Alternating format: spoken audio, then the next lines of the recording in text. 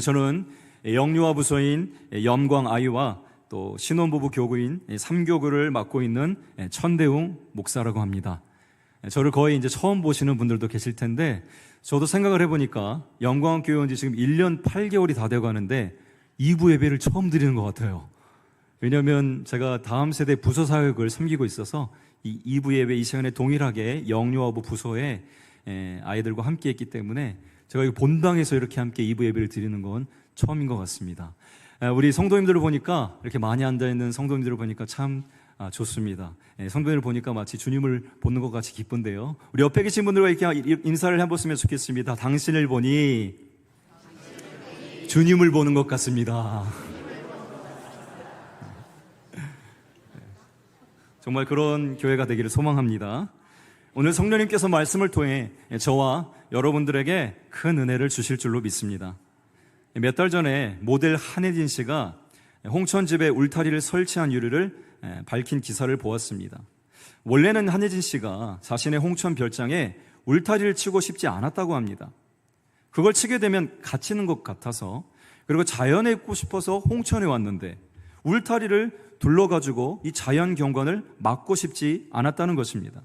그러면서 자신이 이 울타리를 칠 수밖에 없었던 그 사연을 풀어냈습니다. 하루는 씻고 나와서 거실을 돌아다니고 있는데 마당 한가운데 승용차가 들어오더라는 것입니다.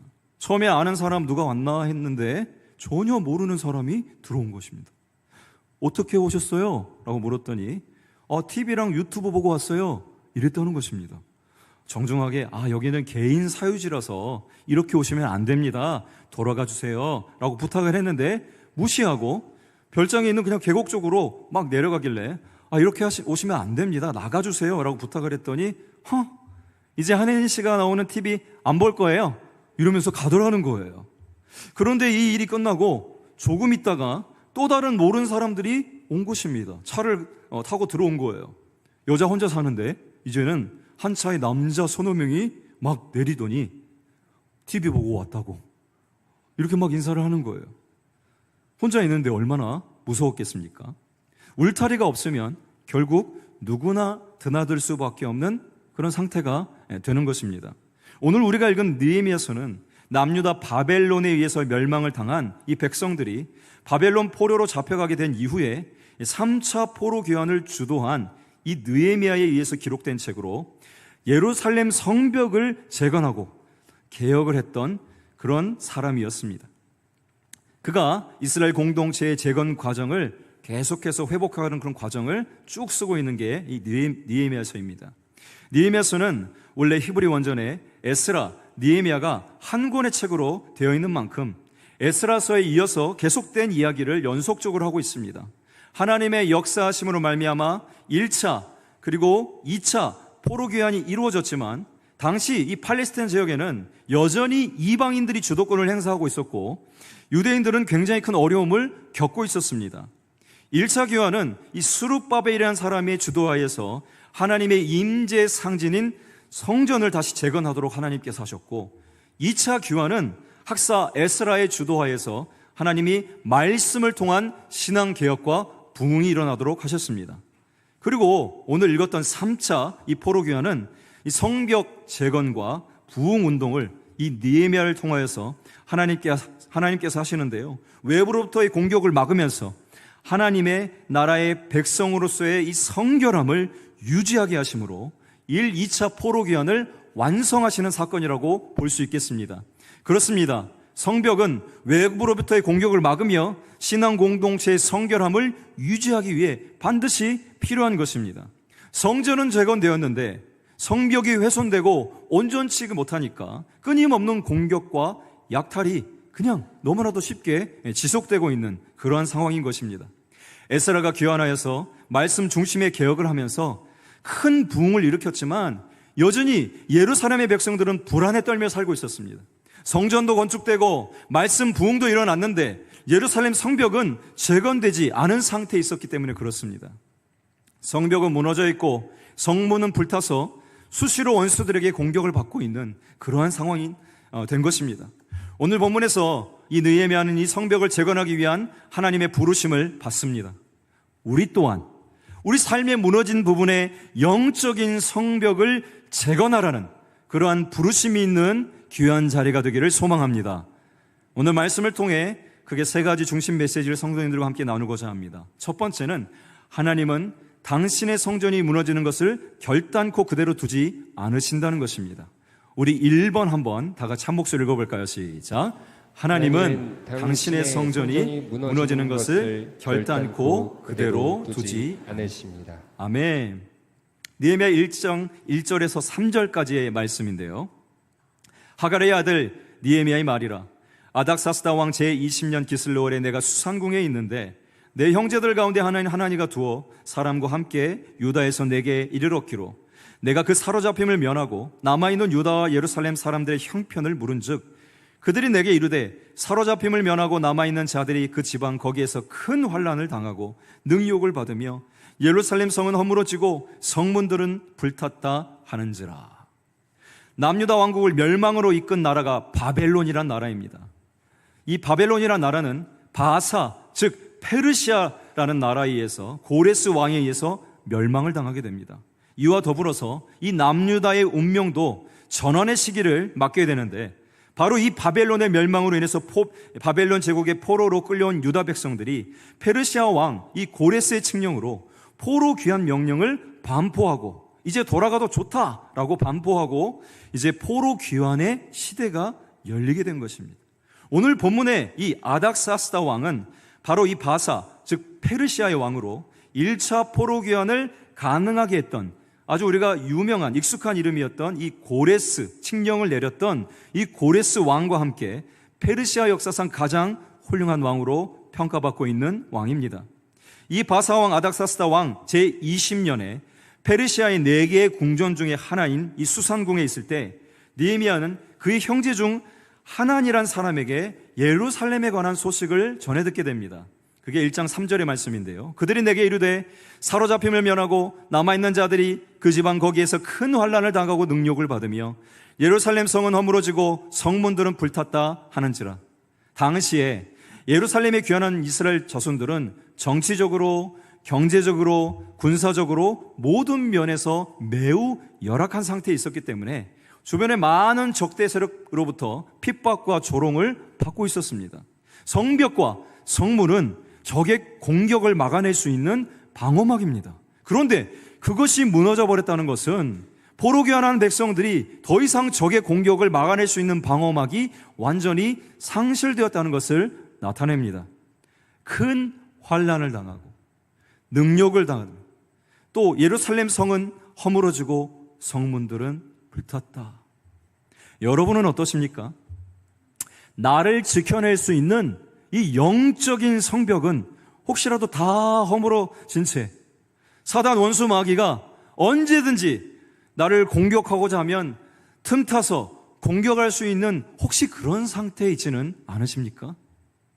정말 힘들게 포로 귀환에서 돌아왔는데 여전히 대적들의 공격은 끊임이 없고 예루살렘 성은 공격받고 성벽과 성문은 훼손되었다는 것은 정말 이를 말할 수 없는 비참하고 절망적인 상황에 직면해 있다는 것을 말합니다.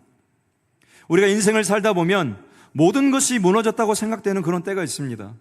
열심히 사업을 하다가 예기치 못하게 부도가 나기도 하고 잘못된 투자나 투기로 한순간에 가진 것을 다 잃어버리거나 열심히 충성되게 직장 생활했는데 헌신했는데 한순간에 퇴직 공고를 받거나 갑작스럽게 암과 같은 큰 질병을 앓고 있다는 사실을 알게 되거나 나를 평생 보호해줄 것 같은 부모님이나 가까운 가족들이 한순간에 생명을 잃거나 안전된 이 경제적인 울타리도 좋았던 인간관계의 울타리도 가장 보호받아야 할 가족이라는 울타리도 더 이상 안전하지 못하고 한순간에 다 무너져 버릴 것 같은 절망적인 상황에 직면할 때가 있습니다.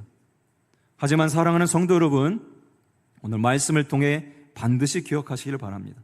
하나님은 당신의 성전이 무너지는 것을 결단코 그대로 두지 않으십니다.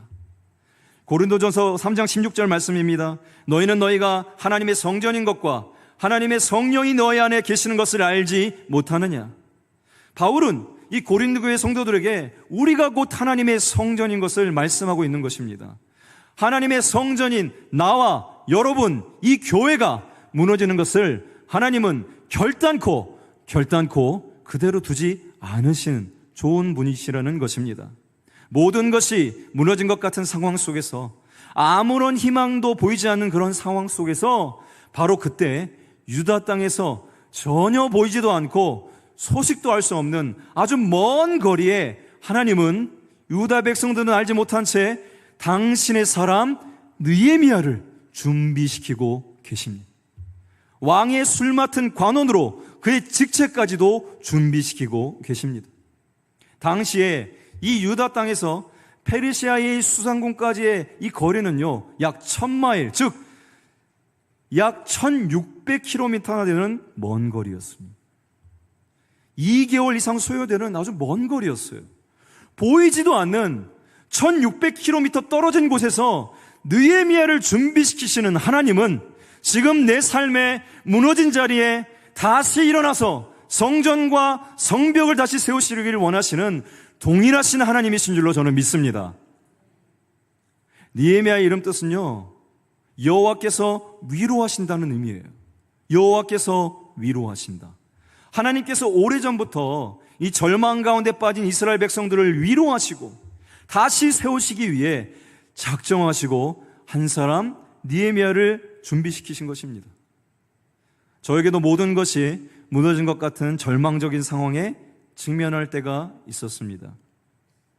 한 번의 유산의 아픔을 딛고 결혼 8년 만에 참 어렵고 귀하게 하나님께서 소중한 아들, 이름이 태아인데요, 태아를 선물로 주셨습니다. 지금은 태아가 굉장히 많이 아픈 상태에 있지만 태아가 건강했을 때 영상 보여드리겠습니다. 짧은 영상입니다.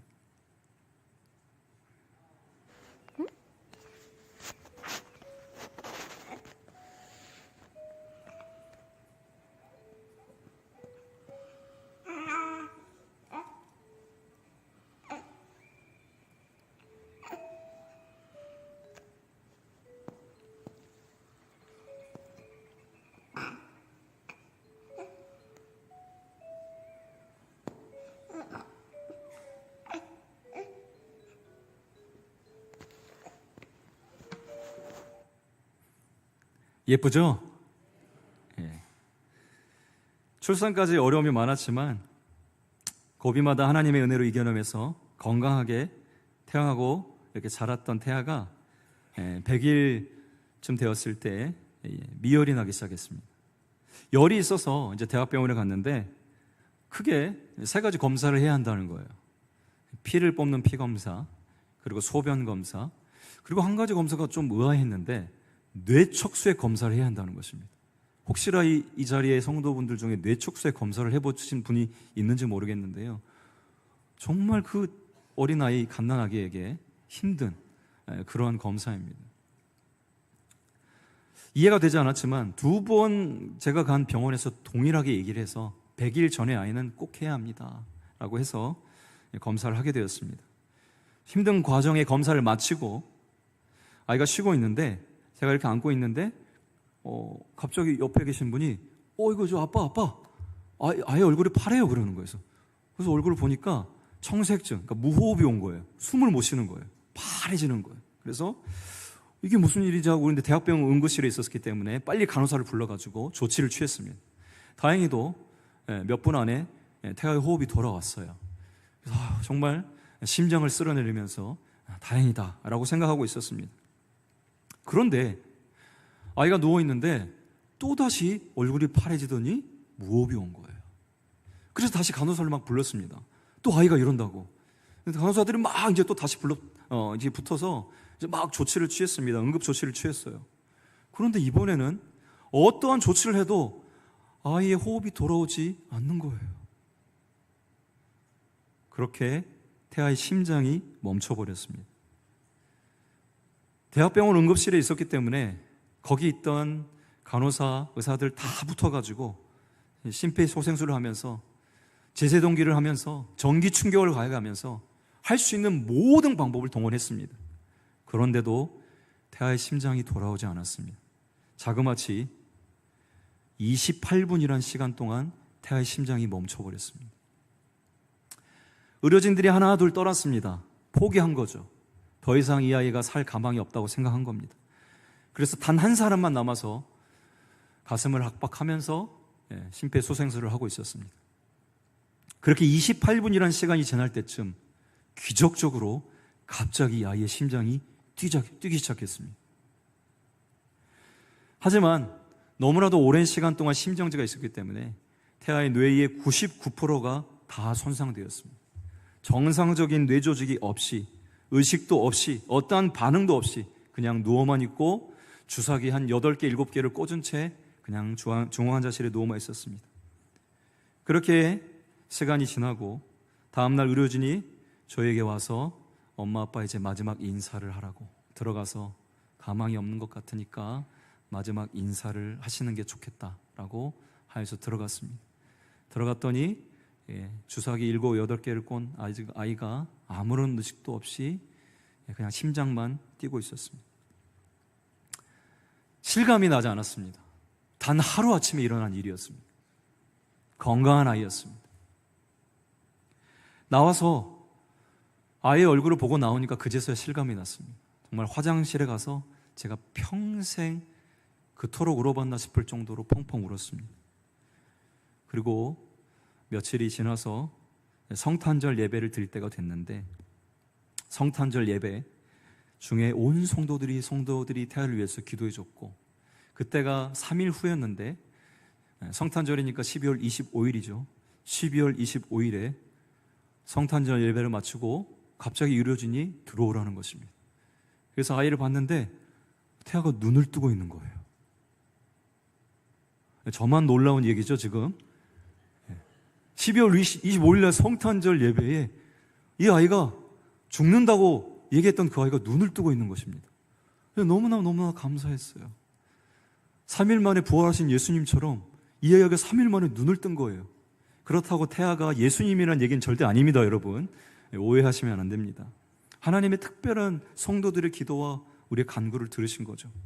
그렇게 태아는 주님의 은혜와 성도들의 기도로 눈을 뜨고 의식을 조금씩 회복하면서 놀라울 정도로 몸의 대부분의 기능이 회복되기 시작했습니다. 오랫동안 피가 장기와 대부분에 공급되지 않았기 때문에 의료진들이 장기 대부분 손상됐을 것이다 했지만 찍어봤는데 너무 멀쩡한 거예요. 그래서 놀라운 일들이 계속됐습니다.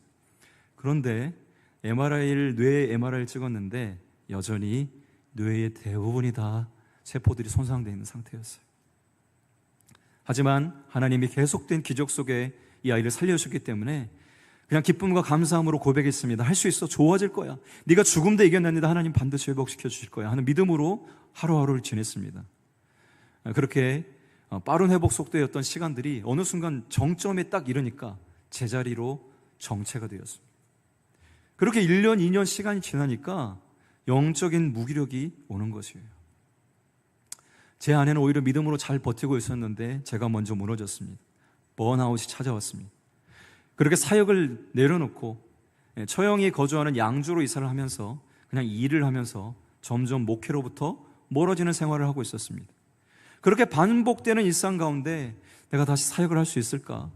스스로에게 질문해도 자신이 없던 그때, 모든 것이 다 무너져버린 것 같은 그때 호산나 교회에서 함께 동역했던 이 장영함 담임 목사님께서 이 연락이 온 것입니다. 염광교회에 이 영유아부라는 부서가 있는데 한 번도 해보지 않아서 좀 쉽지는 않겠지만 혹시 너무너무 성도님들이 좋으시고 태아가 여기 오면 정말 사랑 많이 받을 거야. 정말 안전한 공동체가 될 거야. 혹시 다시 이곳에서 동역할 수 있겠니? 라고 이렇게 말씀을 해주신 겁니다. 기도하고 가야겠다는 마음이 들었습니다. 그렇게 태아와 저의 가정을 지키시고 보호해 주시는 정말 많은 성도님들의 사랑과 관심 그리고 기도로 이 염광교회가 저희의 성벽이 되어서 저희 가정에 과분한 사랑과 기도를 주고 계십니다. 그리고 무너졌던 제 성전, 제 마음도 많이 회복되고 있습니다. 모든 것이 무너졌다고 생각되는 그 순간에도 하나님은 이미 오래전부터 부산에서 403km 떨어진 제가 이름도 알지 못했고 듣도 보지도 못했던 영광교회라는 교회를 통해서 하나님은 저와 저의 가정을 회복시키기를 계획하고 준비하신 줄로 저는 확신합니다.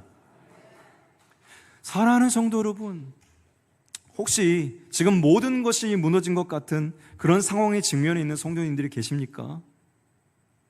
힘을 내시기 바랍니다. 서로가 서로의 영적인 성벽이 되어주십시오.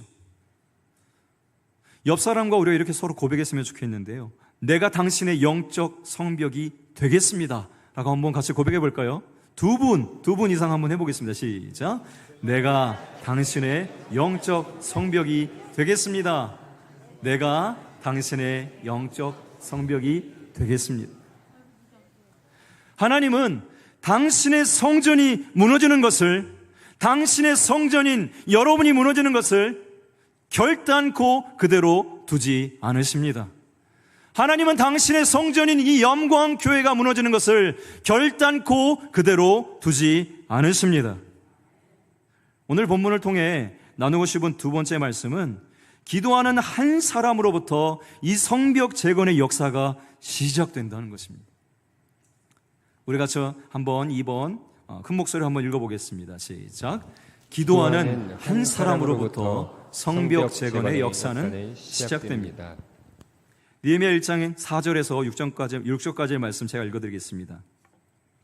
내가 이 말을 듣고 앉아서 울고 수일 동안 슬퍼하며 하나님 앞에 금식하며 기도하여 이르되 하늘의 하나님 여호와 크고 두려우신 하나님이여 주를 사랑하고 주의 계명을 지키는 자에게 언약을 지키시며 긍휼을 베푸시는 주여 간구하나이다. 이제 종이 주의 종들인 이스라엘 자손을 위하여 주야로 기도하오며 우리 이스라엘 자손이 주께 범죄한 죄들을 자복하오니 주는 귀를 기울이시며 눈을 여시사 종의 기도를 들으시옵소서. 아멘. 이렇게 간구한 거예요. 다 무너진 성읍의 폐허 위에서 신음하고 있는 동족들의 서름과 고통을 전해들은 이 느헤미야는요, 수일 동안 슬퍼하면서 자신이 즉각적으로 할 수 있는 최선의 길 금식하면서 하나님 앞에 엎드려 기도하기 시작합니다.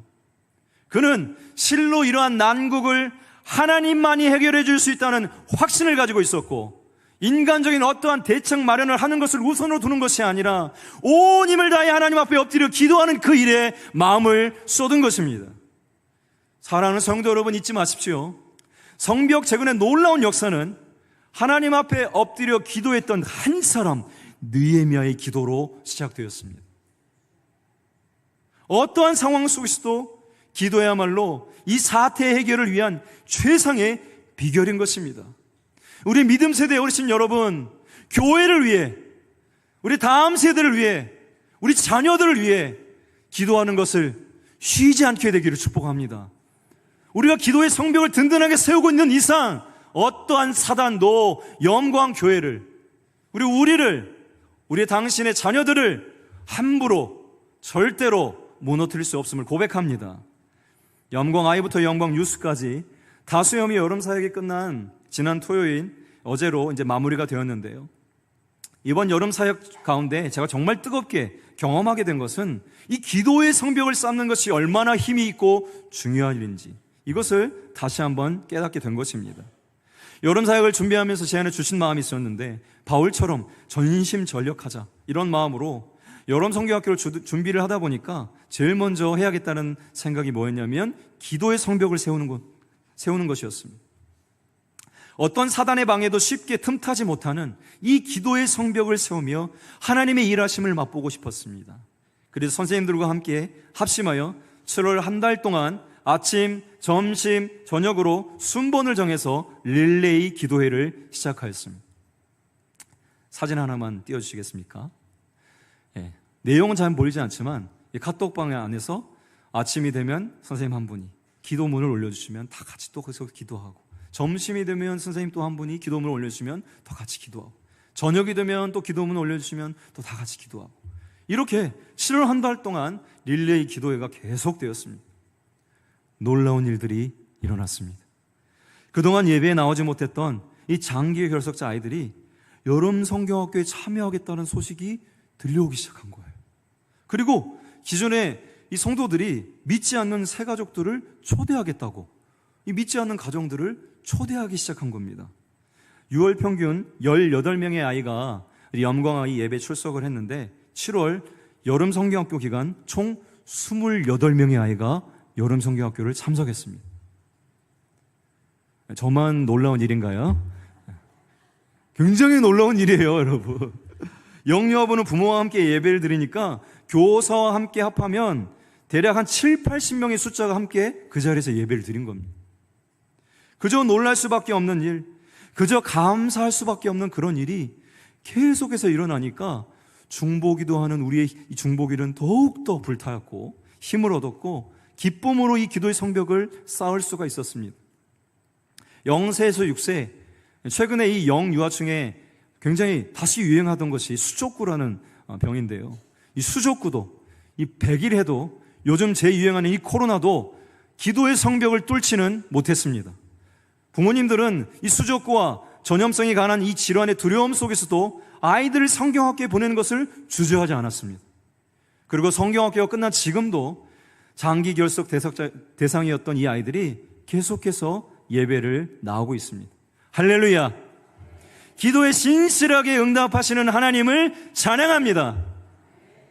중보기도의 힘이 얼마나 큰지, 기도의 성벽을 쌓는 것이 얼마나 중요한지를 직접 경험하고 맛보고 누리는 그러한 성경학교였습니다. 최근에 부족한 종을 우리 유스의 담당 목사님인 최성일 목사님이 유스 수련의 첫날 강사로 집회 말씀을 전해달라고 부탁을 하셔서 고민이 되었지만 그냥 사랑하는 마음으로 하나님이 써주시길 바라는 마음으로 가게 되었습니다. 이 부탁을 받고 가장 먼저 제가 해야겠다고 마음을 먹은 것은 기도 특공대를 조직하는 거였습니다. 카톡방을 하나 만들어서 수련의 준비 기간과 수련의 기간 릴레이 합심 기도로 유스의 부모님들을 중심으로 기도의 성벽을 쌓았습니다. 제가 수련회 장을 딱 갔는데 아이들의 눈빛부터가 다른 거예요. 너무 밝아요. 그리고 저희가 10년, 20년 전에 했던 그런 게임을 하고 있는데 아이들이 그냥 너무 즐겁게 하고 있는 거예요.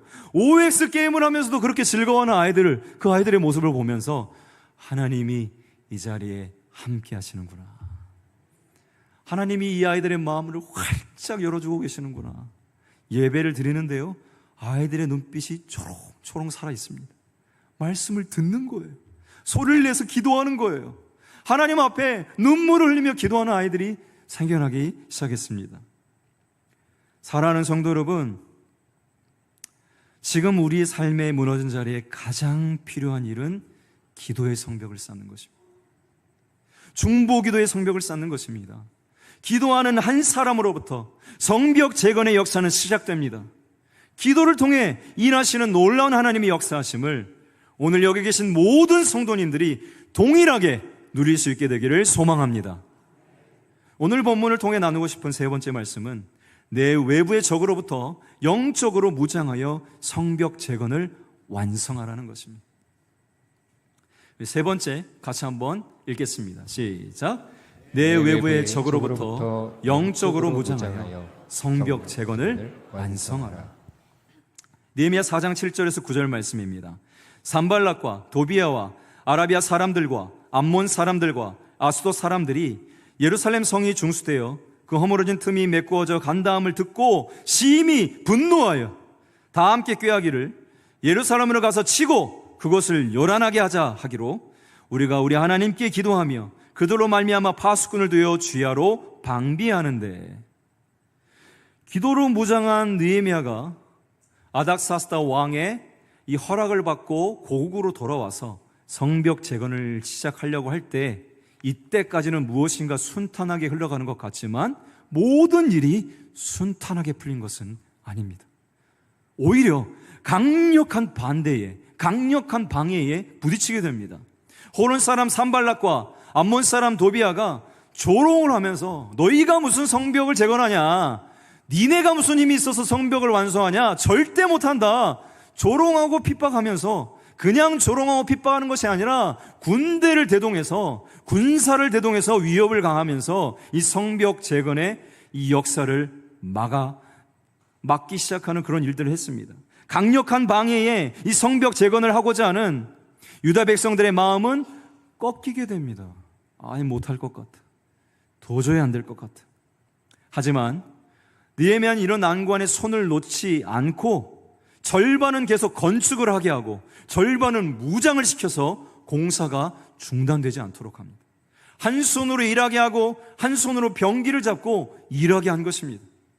느헤미야 4장 16절에서 17절 말씀입니다. 그때로부터 내수와 사람들의 절반은 일하고 절반은 갑옷을 입고 창과 방패와 활을 가졌고 민장은 유다 온 족속의 뒤에 있었으며 성을 건축하는 자와 짐을 나르는 자는 다 각각 한 손으로 일을 하며 한 손에는 병기를 잡았는데, 이렇게 무장함으로 그들의 공격을 물리쳐낸 것입니다. 내부적인 난관과 어려움도 극복해 나가면서 결국 느헤미야는 52일 만에 이 성벽 재건을 완성하게 됩니다. 사랑하는 성도 여러분, 우리 무너진 성전, 무너진 영적 성벽을 재건하는 일을 사단은 결단코 그냥 두지 않습니다. 오늘 본문처럼 사력을 다해서 필사적으로 우는 사자와 같이 우리를 방해합니다. 하지만 그러한 어려움을 만날 때마다, 공격을 받을 때마다 쉽게 무너지시면 안 됩니다. 쉽게 손을 놓아서는 안 됩니다. 중단해서도 안 됩니다. 영적으로 그럴수록 무장해야만 합니다. 에베소서 6장 13절에서 18절까지의 말씀 제가 봉독해 드리겠습니다. 여러분의 마음으로 받으시길 바랍니다. 그러므로 하나님의 전신갑주를 취하라. 이는 악할 날에 너희가 능히 대적하고 모든 일을 행사한 후에 서기 위함이라. 그런즉 서서 진리로 너희 허리띠를 띠고 의의 호심경을 붙이고 평안의 복음이 준비한 것으로 신을 신고 모든 것 위에 믿음의 방패를 가지고 이로써 능히 약한 자의 모든 불화살을 소멸하고 구원의 투구와 성령의 검 곧 하나님의 말씀을 가지라. 모든 기도와 간구를 하되 항상 성령 안에서 기도하고 이를 위하여 깨어 구하기를 항상 힘쓰며 여러 성도를 위하여 구하라. 아멘. 사랑하는 성도 여러분, 영광교회를 제가 이렇게 보면서 마치 스룹바벨이 성전 건축을 재건한 것처럼 하나님께서 이 교회를 아름답게 리모델링하게 하시고 앞에 놀이터도 주시고 주차장도 쓰게 하시고 분수대 아이들이 막 물놀이도 하게 하시고 이러한 일들을 행하시는 줄로 믿습니다. 에스라가 말씀 중심의 개혁과 부흥을 이뤄냈던 것처럼 하나님께서 장영환 담임 목사님을 통해서 말씀의 개혁과 부흥의 역사를 계속해서 일어나게 하시는 줄로 믿습니다. 하지만 여전히 끊임없는, 그리고 끈질긴 이 사단의 공격 가운데 어떻게든 공동체를 흔들어 놓고 어떻게든 낙마하게 하려는 이 공격 속에 무너지는 모습도 주변에 종종 보게 되는 것 같아요. 올 한 해 구호가 다 함께 다시 뜨겁게 아니겠습니까? 오늘 백 목사님이 하지 않으셨으니까 우리 같이 한번 해볼까요? 제가 다 함께 하면 우리 성도님들 다시 뜨겁게 외쳐주시길 바랍니다. 다 함께! 한 번만 더 할까요? 다 함께! 사랑하는 여러분, 8월이 되었어요. 이렇게 구호를 외치고 힘차게 시작했는데 지금 여러분이 매일 성경, 매일 기도, 매일 찬양으로 한번 우리를 세워보겠다고 그렇게 결단한 것들이 어떻게 되고 있습니까? 혹시 어떠한 상황 때문에, 어떤 문제들 때문에, 어떤 공격들 때문에 그냥 중단해버리고 손을 놔버리고 포기해버리고 누군가는 하겠지, 뭐 교회 뭐 나 앞서도 잘 돌아가겠지, 이런 마음으로 혹시 손을 놓고 계시지는 않으십니까? 아닙니다. 사랑하는 여러분, 우리는 지금 무장되어야 할 때입니다. 말씀으로 무장되어야 합니다. 기도로 무장되어야 합니다. 복음으로 무장되어야 합니다. 하나님의 전신갑주로 무장되어야 합니다. 말씀의 자리를 지키시기를 소망합니다. 수요 예배, 금요 성령 기도회, 기도의 자리를 사모하는 여러분 될 수 있기를 축복합니다. 느헤미야 백성들이 그들과 싸워내며 무장하며 이 성벽 재건을 완성해낸 것처럼 하나님께서 우리에게 맡겨주신 사명을 완수하기 위해 우리가 주춤해서는 안 됩니다. 더 힘차게 무장하고 더 힘차게 기도에 힘쓰며 하나님이 영광교회를 통해서 맡기신 사명을 완수할 때까지 전진해야 하는 것입니다. 사랑하는 여러분, 1:1 양육 동반자를 모집하고 있습니다. 무장하셔야 합니다. 훈련 받으셔야 합니다. 일을 하면서 병기에 손을 잡고 건축을 함께 했던 것처럼 여러분이 일을 하면서 하나님 앞에 말씀으로 무장하는 이 일을 게을리 하시면 안 됩니다. 권면해 주세요. 우리 자녀들에게 권면해 주십시오. 바로 서야 한다고, 훈련 받아야 한다고. 양육자 여러분, 동반자로서 양육 훈련을 받으셨고 양육 훈련을 받으셨습니까? 양육자로서 그 훈련을 받으셨습니까? 양육을 하는 것을 멈추지 않게 되기를 소망합니다. 멈추시면 안 돼요. 누군가를 붙들고 끊임없이 세워가야 합니다. 중단하시면 안 됩니다. 주저하시면 안 됩니다. 하나님께서 영광교회에 너무나 귀한 새가족들을 보내주고 계십니다. 오늘도 귀한 새가족분이 인사를 했죠. 저는 신혼부부 교구로 맡고 있으니까 젊은 새가족들이 요즘 그렇게 부부들이 오고 있습니다. 요즘 그 식당에 식사하고 있으시면 저 사람 누구야 하는 분들 많이 계시죠? 젊은 가정들 많이 오고 있죠? 다 새가족들이에요. 하나님이 막 보내주고 계십니다. 하나님의 놀라운 일을 계획하고 계십니다. 교회가 준비되어야 합니다. 그들을 맞을 준비해야 합니다. 영적인 성벽을 재건하며 안전한 울타리가 되어주어야 합니다. 어떠한 사단의 공격에도 무너지지 않을 이 영적 성벽을 재건하며 하나님께서 나와 그리고 영광교회 주신 사명을 끝까지 완수해내는 저와 우리 성도님들 될 수 있기를 주님의 이름으로 축원드립니다. 하나님은 당신의 성전이 그냥 무너지는 것을 결단코 그냥 두지 않으십니다. 느헤미야를 준비시킨 것처럼 하나님은요, 동역자를 준비시키고 계십니다. 지금 당장 내 눈에 보이지 않지만, 다 무너진 것 같지만 하나님은 우리가 보이지 않는 곳에서 나를 위해 기도하는 사람을 준비하고 계시고요, 나를 살릴 그 한 사람을 준비하고 계시는 줄로 믿습니다. 그러니 힘을 내십시오. 일어나십시오. 그냥 무너져 주저앉아 계시면 안 됩니다. 하나님이 하실 일들을 기대하며 다시 일어나십시오. 기도하는 한 사람으로부터 성벽 재건의 역사는 시작되었습니다. 사랑하는 여러분, 기도의 사람이 되십시오. 특별히 믿음 세대 여러분들께 부탁드리겠습니다. 새벽마다 밤을 새워가며 하나님 앞에 교회를 위해 간구했던 그 시간들을 잊지 마시고 계속해서 기도해 주시기를 부탁드립니다. 기도의 성벽을 세우십시오.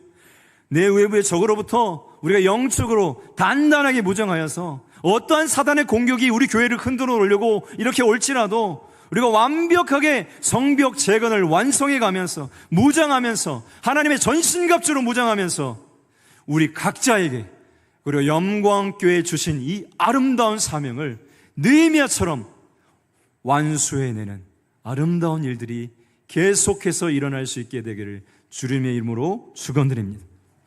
우리 다 함께 일어나서 우리 하나님 앞에 찬양하고 우리 마음을 모아 합심해서 기도하겠습니다.